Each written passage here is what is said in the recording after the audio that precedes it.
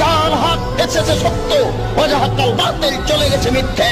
ইন্নাল বাতিলা নিশ্চয় মিথ্যে, কানা যাহুকা চিরদিন মিথ্যে। ডক্টর নায়েক বিতর্কের অনেক দক্ষতা দেখিয়েছেন। আমি তার কাছে হ্যাঁ অথবা না জবাব চাচ্ছি। তসলিমা নাসরিনের বিষয়ে যারা ফতোয়া জারি করেছেন, সেই মৃত্যুদণ্ডের ফতোয়া আপনি কি সমর্থন করেন না নিষেধ করেন? মাত্র এক কথাই বলুন।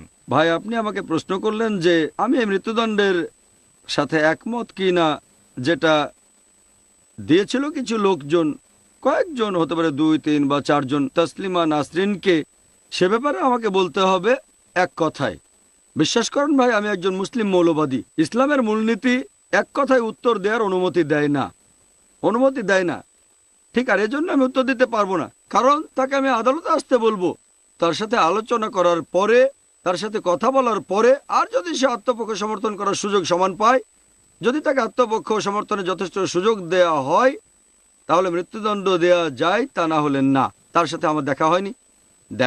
আপনার সাথে যোগাযোগ থাকলে আপনি আমার সামনে আনতে পারেন। আমি পারবো না, ইসলাম আমাকে সে অনুমতি দেয়নি ভাই। আপনাকে অনেক ধন্যবাদ, থ্যাংক ইউ। আমি ডক্টর বিয়াসকে প্রশ্ন করব। আমি আসলে ফুল টাইম সাংবাদিক নই। ডক্টর নায়েক, আপনি কি মনে করেন যেসব লোক এই শাস্তি দিয়েছে বা ঘোষণা করেছে, সেটা যাই হোক না কেন, তারা তাকে সেই সুযোগ দিয়েছে? ভাই, আপনি প্রশ্ন করলেন যে যারা তসলিমা নাসরিনকে মৃত্যুদণ্ড দিয়েছে, তারা কি আত্মপক্ষ সমর্থনের কোনো সুযোগ দিয়েছে তাকে? আমি জানি না, বিশ্বাস করেন জানি না। হতে পারে, না হতে পারে, জানি না। আমি কাগজে দেখেছি খবরগুলো বদলে যাচ্ছে। আমি সত্যি বলছি, আমি এটা জানবো কিভাবে? ব্যক্তিগতভাবে চিনি না, নিউজ পেপারে পড়েছি। একটা পেপারে তার বয়স 29 বছর, আরেকটাতে 31 বছর, আরেকটা বলছে 39। একটা পেপার বলছে প্লেন MBBS ডাক্তার, আরেকটা বলছে গাইনোকোলজিস্ট, আরেকটা বলছে অ্যানেস্থেসিস্ট। যদি জিজ্ঞেস করেন সে আসলে কি, আমি জানি না। আমি ডক্টর বিয়াসের কাছে জিজ্ঞাসা করতে চাই, ডক্টর নায়েককে অনেক প্রশ্ন করা হয়েছে, এবারে আপনাকে প্রশ্ন করছি। হিন্দু ধর্মের বিষয়ে আপনি অনেক কথা বলেছেন, সনাতন হিন্দু ধর্ম সম্পর্কে, হিন্দু ধর্মের সংস্কার সম্পর্কেও কথা বলেছেন। সনাতন হিন্দু ধর্মের মন অত্যন্ত উদার ছিল, আপনি সেরকম বলেছেন। আপনার কাছে আমি এটাই জিজ্ঞাসা করতে চাই যে চারবাগ থেকে ফুলে আগারকার পর্যন্ত যত সংস্কারবাদী আছেন, তাদেরকে যে কষ্ট ভোগ করতে হয়েছে, সেটা কি হিন্দু ধর্মের উদারমনার চিহ্ন নাকি চিহ্ন না? চারবাগ থেকে কোন পর্যন্ত? এখন মনে করুন আজ পর্যন্ত। আমি সোজা উত্তর দিয়ে আমার লেকচারে আগে বলেছিলাম যে ভিন্ন মত পোষণ করলে যে শারীরিক নির্যাতন করা হয়, তার প্রথম উদাহরণ গান্ধী হত্যা। চারবাগকে আমরা বৃহস্পতি দেবতার অবতার বলে মানি। সাবিত্রীবাই ফুলের উপর পাথর নিক্ষেপ করা হয়েছিল। গান্ধী হত্যা প্রথম উদাহরণ নয়, সম্মুখী হলো প্রথম উদাহরণ।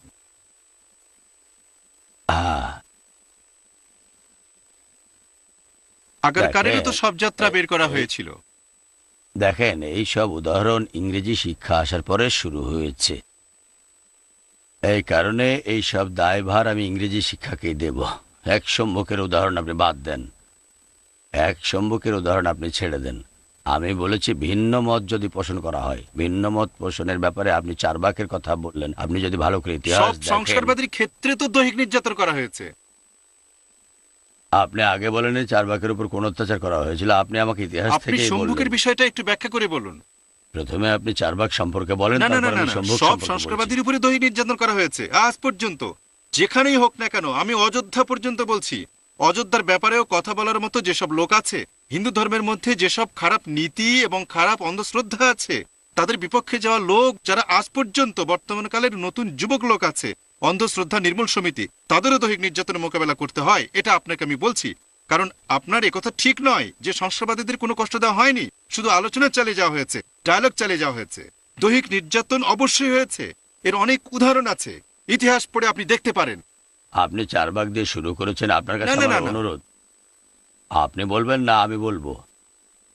আপনার কাছে আমার অনুরোধ যে চারবাগের উপর কেমন শারীরিক অত্যাচার করা হয়েছিল সেটা আপনি ইতিহাস থেকে আমাদের বলেন। তারপর না হয় আপনার কথার উত্তর দেবো, না হয় নিজেকে বদলে নেব। আমি দুটোর জন্য প্রস্তুত আছি। আমি সবসময় নিজেকে শুধরাতে প্রস্তুত। কেউ যদি আমাকে বলেন চারবাগের ইতিহাস পড়ে আপনি কোথায় এই কথাটা পেলেন, তাহলে বলেন চারবাগের উপর কোনো রকম শারীরিক অত্যাচার হয়নি, যা হওয়ার পরে হয়েছে। অতদূর যাওয়ার দরকার কি আপনার? চারবাগ পর্যন্ত যাওয়ার কোনো দরকার নাই। ইতিহাস চারবাগ ঘাটলেই অনেক পাবেন, দূর, চারবাগ পর্যন্ত চারবাগের যাওয়ার কোনো উপর দরকার নেই, অত্যাচার ধারে কাছেই হয়েছিল। আপনি পাবেন। জ্ঞানেশ্বর আছে, সুধারাম আছে, কারণ তারা নাস্তিক। জ্ঞানেশ্বর, সুধারাম, আরো অনেক পাবেন আপনি। তারা নাস্তিক চারবাগ পর্যন্ত ছিল। যাওয়ার কোনো দরকার নাই। তারা দেখেন নাস্তিক আপনি, ছিল বলে সবার তাদের উপরেই উপর অত্যাচার অত্যাচার করা করা হয়েছে। হয়েছিল। আমি আপনাদের সাথে একমত নই যে চারবাকের উপর শারীরিক নির্যাতন হয়েছে, কারণ আপনারা আমার এই কথাটা একটু মন দিয়ে শোনেন। চারবাককে আমরা বৃহস্পতির অবতার বলে মানি, আর চারবাকের প্রচারিত নাস্তিক্যবাদ সেই সময় থেকে এখন পর্যন্ত চলে আসছে। আর আমি ভারতের ইতিহাস সম্পর্কে যতটুকু জানি, যেখানে তাকে এবং তার অনুসারীদের, এটা বলছি ইংরেজি শিক্ষায় দেশে আসার আগে, ভিন্নমত পোষণ করার জন্য কেউ তাদের অত্যাচার করেন এরকম কথা কোথাও আমি শুনিনি। যদি আপনি এখানে প্রমাণসহ বলেন তাহলে আমি উত্তর দেওয়ার চেষ্টা করব, অথবা নিজেকে শুধরে নেব। আমার এই ব্যাপারে কোনো আপত্তি নেই। এবারে সম্মুখের ব্যাপারে বলি। হ্যাঁ, আমি মনে করি বক্তা তার অবস্থান স্পষ্ট করেই বলেছেন। এবারে আমাদের অন্য প্রশ্নে যাওয়া উচিত। আমার নাম জাভেদ আনন্দ, আমি কমিউনিজম কমব্যাট পত্রিকা থেকে এসেছি। ডক্টর নায়েক বারবার বলেছেন যে কোনো অপরাধের শাস্তি ওই অপরাধের গুরুত্বের উপর নির্ভর করে। তিনি নির্দিষ্টভাবে আমেরিকান রাষ্ট্র এবং একবার ভারতীয় রাষ্ট্রের কথা উল্লেখ করে বলেছেন যে ভারত সরকার কর্তৃক নিযুক্ত ভারত সরকারের কোনো কর্মকর্তা অথবা মার্কিন যুক্তরাষ্ট্র সরকার কর্তৃক নিযুক্ত কোনো সরকারি কর্মকর্তা বিশ্বাসঘাতকতা করে, রাষ্ট্রের মর্যাদা ও নিরাপত্তা ক্ষুণ্ণ হয়, তাহলে তাকে মৃত্যুদণ্ড দেওয়া যাবে। এর মধ্যে কোনো অপরাধ আছে কি না অথবা এই জন্য কোনো শাস্তি হবে, এটাই আমার ধারণা। এই ধারণা ভুল হলে আমি সংশোধন করে নিতে চাই। একথা বলার পর তিনি দৃষ্টান্ত হিসেবে তসলিমা নাসরিনের কথা বলেছেন। তিনি বলেছেন যে বিভিন্ন পত্রিকায় অনেক পরস্পরের বিরোধী রিপোর্ট এসেছে যে তিনি কোনো সিদ্ধান্তে উপনীত হতে পারেননি। তিনি হয়তো এ বিষয়েও সন্দেহ আছেন যে তসলিমা নাসরিনের বিরুদ্ধে কোনো মাওলানা ফতোয়া দিয়েছেন অথবা দেননি। কিন্তু আমার কাছে মনে হয়েছে, এবং যা ওই যুক্তির মধ্যে নিহিত আছে, যে তসলিমা নাসরিন যদি কোরআনের বিরুদ্ধে কিছু বলে থাকেন, কারণ সেটা তার দৃঢ় বিশ্বাস, যেমন অনেকের দৃঢ় বিশ্বাস যে কোরআন হলো আল্লাহর বাণী, তাহলে ডক্টর জাকির নায়েক সহ অনেক কর্তৃপক্ষ তাকে বিচার করতে পারে।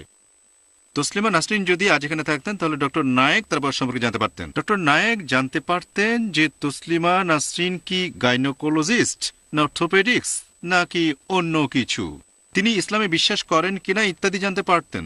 পরিশেষে তার বিরুদ্ধে কিছু শাস্তির কথা ঘোষণা করতে পারতেন, যার মধ্যে আছে বিপরীত দিক থেকে হাত পা কাটা অথবা হত্যা করা অথবা দেশ থেকে নির্বাসিত করা, অথবা যে চারটা বিকল্প আছে তা। এখন যদি অনেক বৈধ কর্তৃত্ব থাকে, আমি বলতে চাই অনেক লোক হোক, তা একজন মোল্লা বা একজন পণ্ডিত বা একজন শঙ্করাচার্য, যাই হোক না কেন, তিনি একই সাথে কি অপরাধ এবং কি শাস্তি তার সিদ্ধান্ত গ্রহণ করবেন। এক্ষেত্রে আমার একটা প্রশ্ন আছে। আমি এলাহাবাদ জেলা, এলাহাবাদের একটা গ্রাম থেকে এসেছি। সেখানে একটা মসজিদ আছে। ওই মসজিদে আমি ছোটবেলায় অনেক বছর নামাজ পড়েছি। আমি একটা বিষয় জানি, ওই গ্রামের অধিকাংশ মুসলমান ও হিন্দুরাও জানে ওই মসজিদের সীমানার বাইরে অনেক মূর্তি আছে। ওইসব মূর্তি কোনো মন্দির বা অন্য কোনো স্থান থেকে আনা হয়েছে। এলাহাবাদে আমার গ্রামের কোনো পণ্ডিত যদি সিদ্ধান্ত গ্রহণ করে যে কয়েকশো বছর আগে এখানে একটা মন্দির ধ্বংস করা হয়েছে, যা হোক, ওই অপরাধের জন্য যদি ওই গ্রামের বর্তমান পণ্ডিত যদি সিদ্ধান্ত গ্রহণ করে যে ওই গ্রামের সব মুসলমানকে হত্যা করতে হবে এবং সব হিন্দু যদি যত মুসলমানকে পারে হত্যা করে, তাহলে এতে কি কোনো অন্যায় হবে? এই বিষয়ে আপনি কি মত দেবেন? আপনার মন্তব্য জানতে চাই। প্রশ্নটা কি আরেকবার বলবেন? আমাদের জন্য বোঝাটা খুব কঠিন হয়ে যাচ্ছে। ঠিক আছে, আমি সংক্ষিপ্ত আকারে বলছি। বিভিন্ন রকমের অপরাধ এবং তার কি ধরনের শাস্তি হবে সেটা নির্ধারণে কি অনেক কর্তৃপক্ষ থাকতে পারে? আপনার সংক্ষিপ্ত ভাষণের জন্য ধন্যবাদ ভাই। এই সংক্ষিপ্ত ভাষণে আপনি কমপক্ষে 10-15টা প্রশ্ন করেছেন, বেশিও হতে পারে। আমার যতটুকু মনে আছে একটা প্রশ্ন, তাহলে আগেরগুলো সব বাদ। উত্তর না দিতে পারলে আমাকে দোষ দেবেন না, কারণ আমার ভুল উদ্ধৃতি দিয়ে বলছেন যে ইন্ডিয়ার সরকার তাকে মৃত্যুদণ্ড দিতে পারে। আমি এটা বলিনি। শাস্তি হবে, কি শাস্তি হতে পারে সেটা সরকারের আইন অনুযায়ী। প্রশ্নের দ্বিতীয় অংশে আসি। আপনি বললেন এমনকি ডাক্তার জাকির নায়েক তাকে এখানে আসতে বলতে পারেন, বয়স জিজ্ঞেস করতে পারেন, পেশা জিজ্ঞেস করতে পারেন। আপনি এই কথাগুলো বেশ ঠিক আছে, কোনো সমস্যা নেই। আগে আমাকে শেষ করতে দেন। আপনাকে যথেষ্ট সময় দেওয়া হয়েছে ভাই, যথেষ্ট। আর প্লিজ আমাকে উত্তর দেওয়ার সুযোগ দেন। এমনকি ডাক্তার জাকির নায়েকও তাকে মৃত্যুদণ্ড দিতে পারেন অথবা হাত পা কেটে ফেলতে পারেন।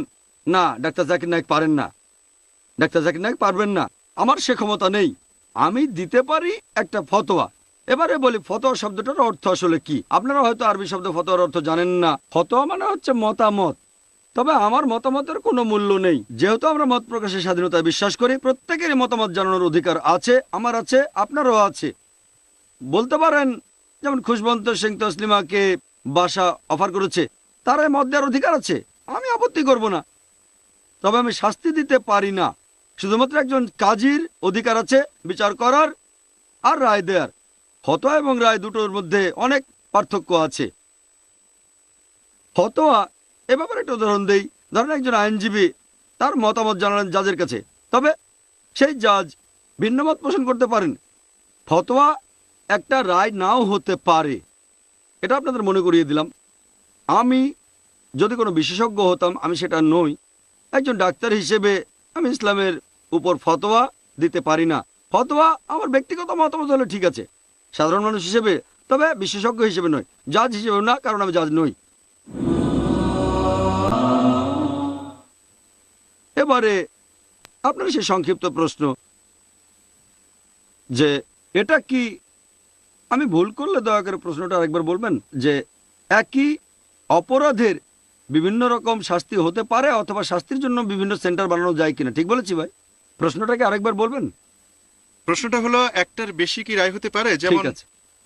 দৃষ্টান্ত হিসেবে ভারতে আদালত আছে, অনেক আদালত আছে যা গঠন করা হয় কোনো অপরাধ সংগঠিত হয়েছে কিনা তা নির্ধারণ করার জন্য। দেশের আইন অনুযায়ী কি শাস্তি দেওয়া হবে, আপনার মত অনুযায়ী ভারত বা বাংলাদেশ বা অন্য কোথাও হোক না কেন, রাষ্ট্রই কোনো বিচারের রায় দিতে পারে। অন্য কোনো কর্তৃপক্ষ আছে যা... ভাই প্রশ্ন করলেন রায় দেওয়ার জন্য একাধিক সেন্টার থাকতে পারে কিনা। প্রথমে ভারতের কথা বলি, তারপর বাংলাদেশের। আপনি আবারও ইসলামিক আইন সম্পর্কে ভুল ভেবেছেন।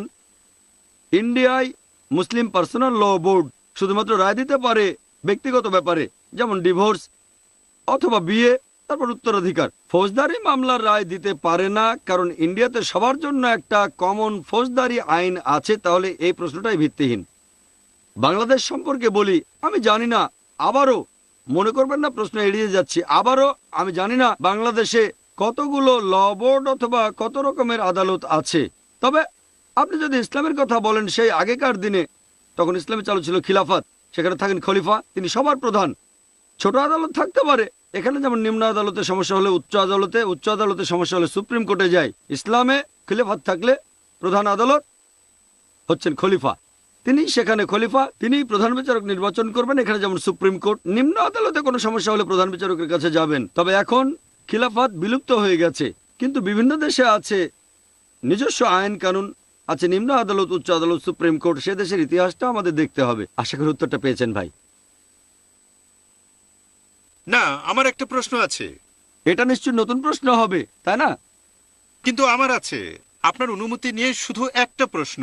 একটা বিষয়ে আপনি এলোমেলো করবেন না, যে অনেক সম্মানিত মাওলানা আছে, তাদের হয়তো বাংলাদেশের নিম্ন আদালত, হাইকোর্ট ও সুপ্রিম কোর্টে বিচারক নিযুক্ত করা হয়নি। তাদের কি তসলিমা নাসরিনকে হত্যার জন্য প্রকাশ্যে আহ্বান জানানোর অধিকার আছে? ঠিক আছে, যদি আমার উত্তরটা ঠিকভাবে শুনতেন, মনোযোগ দিয়ে, তাহলে জবাব পেয়ে যেতেন। আমি বলেছি প্রত্যেকে, আপনি আমি সবাই ফতোয়া দেওয়ার অধিকার রাখি। ফতোয়া মানে মতামত। হত্যা করার অধিকার? প্লিজ প্লিজ আমাকে শেষ করতে দেন। তিনি ফতোয়া দিয়েছেন, মতামত দিয়েছেন যে তসলিমা নাসরিনের মাথা কেটে ফেলতে হবে। তসলিমা নাসরিনকে যে হত্যা করবে সে 50,000 বাংলাদেশি টাকা পাবে। এটা আহ্বান, এটা মতামত নয়। আচ্ছা, 50,000 টাকার কথাটা তো এই প্রথম আসলো। প্রথমে আপনার প্রশ্নে এই টাকার কথা ছিল না। আমি উত্তর দিচ্ছি। প্লিজ আমাকে আগে কথা বলতে দেন, পরে আপনি বলতে পারবেন, যদি চেয়ারম্যান সাহেব অনুমতি দেন। এই কথা বলার অধিকার কারো আছে যে অমুক লোকের মাথা কেটে ফেলতে হবে, যদি সেটা ফতোয়া হয়। এমনকি মতামত দেওয়ার সময় কারণে কুৎসা রটাবেন না, কারণ নিন্দা করবেন না। যদি সেটা ইসলামিক দেশ হয়, তসলিমা নাসরিন সেই মাওলানার বিরুদ্ধে মামলা করতে পারেন, বলবে যে সে... প্লিজ আমাকে শেষ করতে দেন। আমি তো আপনার প্রশ্নের ভেতরে কোনো কথা বলিনি, তাই আমার কথায় বাধা না দিলেই ভালো হবে। আমি ইসলাম সম্পর্কে একটা সাধারণ ধারণা দিচ্ছি। প্লিজ বোন, যদি অনুমতি দেন। ইসলামিক দেশ হলে তার সেই অধিকার আছে। আমি জানি না বাংলাদেশ কতখানি ইসলামিক দেশ, তারা কতটা ইসলামিক নিয়ম মেনে চলে আমি জানি না। হয়তো মানে, আবার হয়তো মানে না। তাহলে তার অধিকার আছে, যদি সে মনে করে তাকে মৃত্যুদণ্ড দেওয়াটা ঠিক হয়নি, তাহলে তসলিমা সে মাওলানাকে ইসলামী আদালতে নিয়ে যেতে পারে। ইসলামিক আইন থাকলে মামলা করবে। তবে আপনার প্রশ্নের উত্তরের সাথে আমার বিজ্ঞ বক্তা ফাদার পেরেরার কথাটা আমি জুড়ে দেই। তিনি বলেছেন ধর্মের অবমাননা করেছে, এরকম ঘটনায় কাউকে ফাঁসিয়ে দিয়ে মৃত্যুদণ্ড দেয়া খুবই সোজা। তারপর তসলিমা নাসরিনের কথা বললেন। তবে ফাদার পেরেরা যেভাবে বলেছেন ব্যাপারটা অত সহজ না, কারণ তাহলে আদালতে আপনাকে সাক্ষী নিয়ে আসতে হবে। অপরাধের মাত্রা কম হলে 2 জন সাক্ষী লাগবে, অপরাধের মাত্রা বেশি হলে 4 জন সাক্ষী। আর এই 4 জন সাক্ষীর একজনও যদি ভুল করে, বিশ্বাস করেন যদি ধরা পড়ে এই 4 জনের মধ্যে একজন মিথ্যে সাক্ষী দিয়েছে, তাহলে 4 জনের প্রত্যেককে 80টি করে কষাঘাত, 80 দুর্রা। ব্যাপারটা তো সহজ না। ইন্ডিয়ার আদালতে সাক্ষী দেওয়ার মতো এত সহজ না এই ব্যাপারটা। যাহা বলিব সত্য বলবো, সত্য ভাই মিথ্যা বলিব না, তারপরে মিথ্যা বলবেন। ব্যাপারটা তো সহজ না। শাস্তি হবে 80টি কষাঘাত প্রত্যেকে। আর বিশ্বাস করেন দৌড়ার আঘাত সহ্য করাও কঠিন। ফাদার পেরেরা যেভাবে বলেছেন ব্যাপারটা আসলে এত সহজ না। আশা করি উত্তরটা পেয়েছেন। হ্যাঁ, না আপনার প্রশ্নটা শেষ হয়ে গেছে। হ্যাঁ ভাই, এবার আপনি করুন। Doctor Naik, Sajid Rashid, Urdu Times. আমরা এমন এক দেশে বাস করি যেখানে বিভিন্ন ধর্ম আর বিভিন্ন সম্প্রদায়ের লোক বাস করে। এদের নিজস্ব একটা সংবিধান আছে যার মাধ্যমে লোকেরা সাজা দেওয়ার নিজস্ব ব্যবস্থা তৈরি করেছে।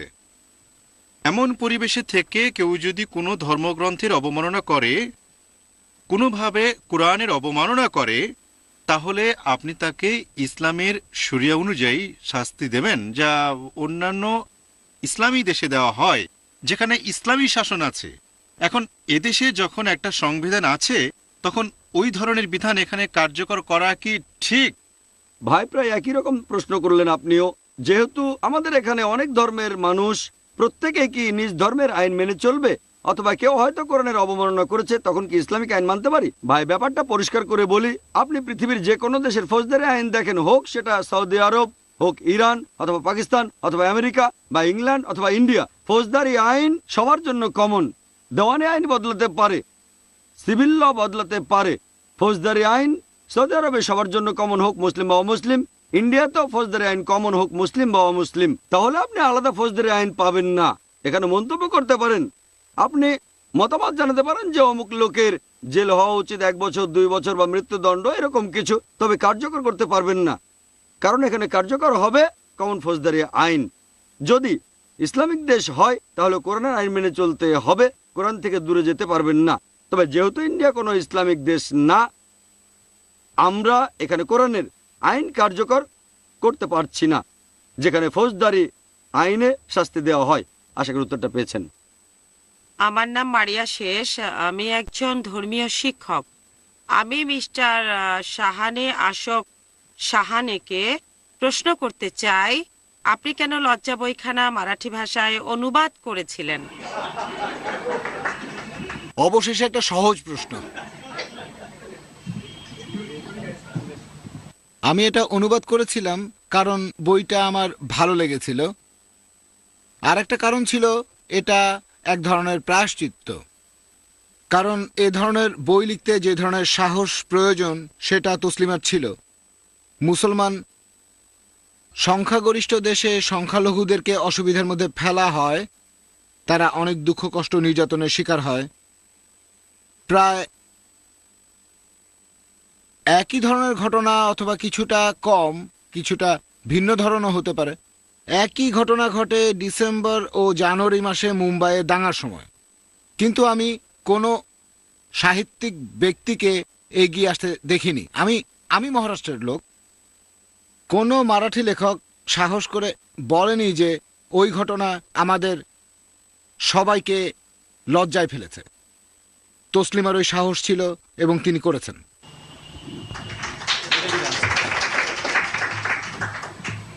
জাকির নায়েকের কাছে প্রশ্ন করছি, বাংলাদেশের মৌলবাদীরা তসলিমা নাসরিনের মাথার জন্য বিরাট অঙ্কের অর্থ ঘোষণা করে তাকে বিখ্যাত করে তুলেছে।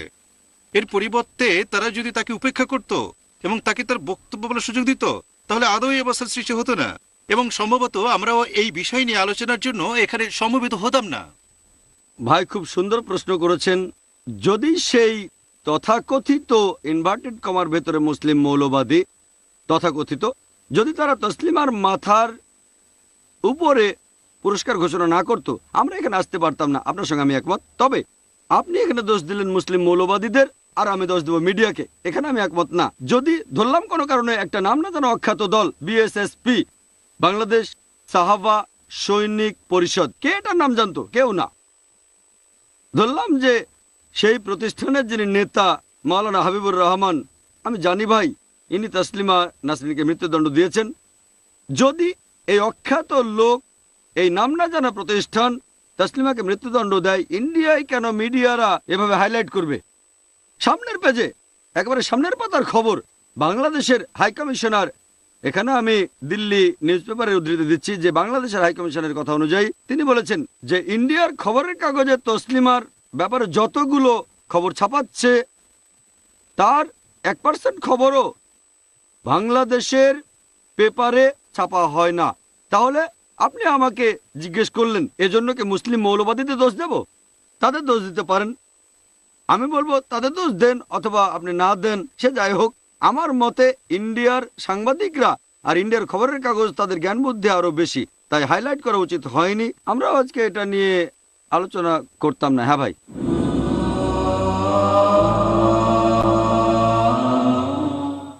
ভারতীয় মিডিয়া বিষয়টা সবার সামনে তুলে ধরেছে তার জীবন রক্ষার জন্য, কারণ তিনি তো মাত্র একজন মহিলা, এবং এসব ধর্মপাগল লোকদের সামনে তিনি অসহায়। সুতরাং ভারতীয় মিডিয়া তাকে শুধু রক্ষা করার জন্য চেষ্টা করেছে। আচ্ছা আচ্ছা, ইন্ডিয়া প্লিজ প্লিজ ভাই আমাকে শেষ করতে দেন, তারপর আপনি বলবেন। প্লিজ ভাই, আপনি বললেন ইন্ডিয়ার মিডিয়া তসলিমাকে বাঁচিয়েছে একটা অখ্যাত প্রতিষ্ঠানের হাত থেকে, অখ্যাত মাওলানা হাবিবুর রহমানের কাছ থেকে। তাহলে আজকে যদি শোনেন ট্রেনে কেউ বলছে প্রধানমন্ত্রীকে খুন করে ফেলবো, সেটা কি পেপারে হেডলাইন ছাপাবেন? না, এটা একটা রূপক প্রশ্ন ভাই, আপনার কাছে উত্তর চাইনি। আপনার এই কথাটার কোনো মানে হয় না ভাই ভাই আপনি ইন্ডিয়ান প্লিজ ভাই, মিডিয়াকে খালি খালি দোষ ভাই দিচ্ছেন। ইন্ডিয়ান মিডিয়া তো আসলে তসলিমা নাসরিনকে ভাই, সাহায্য করেছে। পরে প্রশ্ন করবেন, আগে আমাকে উত্তরটা দিতে দেন। আপনি বললেন যে ইন্ডিয়ার মিডিয়া, ভাই এটা আমার মতামত, ভুলও হতে পারে, এটা আমার মতামত। আমি বলছি না আমার মতামত সঠিক হতে হবে। কিছু দর্শক আমার সঙ্গে একমত হতে পারেন, আবার অনেকে নাও হতে পারেন। আমার মতে একজন অখ্যাত লোক বা প্রতিষ্ঠান, ধরেন কোন প্রথম সারির দল যদি এই ঘোষণা দিত তাহলে এটা চিন্তার ব্যাপার হতো। আমি নিষিদ্ধ করা নিয়ে বলছি না, আমি বলছি না মৃত্যুদণ্ড দেওয়াটা ঠিক না ভুল, আমি বলছি এই খবরটাকে কেন হেডলাইন বানানো হয়েছে, কারণ যাতে পেপারে কাটতি হয়। আমি বলছি এটা আমার মতামত, যদি পছন্দ হয় তাহলে মানতে পারেন, না হলে মানবেন না, এটা আমার মতামত ভাই। আমি একটা ভুল সংশোধন করে দিচ্ছি। তসলিমা নাসরিনের হত্যার আহ্বানের বিষয়টা অতটা গুরুত্বহীন নয় যেভাবে উনি বলতে চাচ্ছেন। এই আহ্বান আনুষ্ঠানিকভাবে জানিয়েছিল বাংলাদেশের একটি রাজনৈতিক দল, জামাতে ইসলামী বাংলাদেশ। আমি প্রফেসর হামজা ভিরানি। আমি ভাই অশোক সাহানিকে জিজ্ঞাসা করতে চাই যে তিনি বলেছেন যে এই সাংবাদিক তারা তসলিমা নাসরিনের জীবনকে সমস্যার মধ্যে ফেলে দিয়েছে, বিপদে ফেলেছে। উনি বলেছেন যে ভারতীয় মিডিয়া তসলিমা নাসরিনের জীবনকে রক্ষা করার চেষ্টা করেছে। সুতরাং আপনি বলেছেন একজন সাংবাদিক হিসেবে, আমি জানি না আপনি সাংবাদিক কিনা, না আচ্ছা, কিছু সাংবাদিক তসলিমা নাসরিনের জীবনকে বিপদের মধ্যে ফেলেছে, এবং উনি বলেছেন যে সাংবাদিকরা তসলিমা নাসরিনের জীবন রক্ষার চেষ্টা করছে। আমি জানতে চাই কোনটা ঠিক, তারা কি তাকে সমস্যার মধ্যে ফেলেছেন, না তারা তাকে সমস্যা থেকে উদ্ধার করার চেষ্টা করছেন? সমস্যাটা আসলে এত সহজ নয়। এই অর্থে সমস্যাটা একটু জটিল। বাংলাদেশের মৌলবাদী স্টেটসম্যানে দেয়া ওই সাক্ষাৎকারের অনেক আগে থেকেই তসলিমা নাসরিনকে হত্যার জন্য উস্কানি দিয়ে আসছে।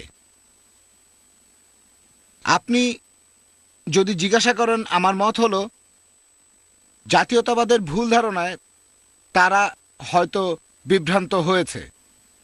কারণ প্যারিস থেকে ঢাকা যাওয়ার পথে তসলিমা কলকাতায় অবস্থান করেছিলেন। তিনি বলেছিলেন যে কলকাতা আমার দ্বিতীয় গৃহ। আপনি এ কথা যে কোনো লোককে বলুন, ধরুন মুম্বাইয়ের শিবসেনাকে বলুন, ইমরান যদি মুম্বাইয়ে আসে এবং বলে মুম্বাই আমার দ্বিতীয় গৃহ, তাহলে পাকিস্তানের লোকজন তারা তখন খুবই বিরক্ত হবে। এমনকি গাভাস্কারের মতো লোক যদি ক্যান্সার হসপিটালে অনুষ্ঠানে যায়, তাহলে পত্রিকায় ব্যাপক হইচই পড়ে যাবে যে গাভাস্কার কেন সেখানে গেল। আর আপনারা জানেন, আমি বলতে চাই যে সবকিছু মিলেমিশে গিয়েছে, সেজন্য বলছি কিছুটা জটিল এটা। যাই হোক, আমি মনে করি স্টেটসম্যান পত্রিকা যেহেতু প্রকাশ্যে ক্ষমা প্রার্থনা করেনি, বা ক্ষমা প্রার্থনা করে বলেনি যে তারাই এর কারণ, তারাই এমন দাবির কারণ সৃষ্টি করেছে, এটা হলে পরিস্থিতিটা ভিন্ন রকম হতো। আমার নাম রবি, আমি মহানগর পত্রিকা থেকে এসেছি। আমি ডক্টর বিয়াসের কাছে একটা প্রশ্ন করতে চাই। আপনি বলেছেন যে হিন্দু ধর্মে আলোচনার অনেক গুরুত্ব আছে। এর অর্থ যারা নিজেদের হিন্দু মনে করে তারা বিপরীত চিন্তার লোকদের সাথে আলোচনা করা গুরুত্বপূর্ণ মনে করে। বালা সাহেব থ্যাকারে কোনো বিষয়ে দলিতদের কাছে কখনো কোনো কিছু জিজ্ঞাসা করেননি। লালকৃষ্ণ আদভানি বাবরি মসজিদের বিষয়ে কোনো মুসলমান লোকের সাথে আলোচনা করার চেষ্টা করেননি। আদালতের কাছ থেকে চেষ্টা হয়েছিল, কিন্তু তাও তারা ব্যর্থ করে দেন। আপনারা কি আপনার দৃষ্টিতে বালা সাহেব থ্যাকারে, লালকৃষ্ণ আদভানি এরা কি হিন্দু?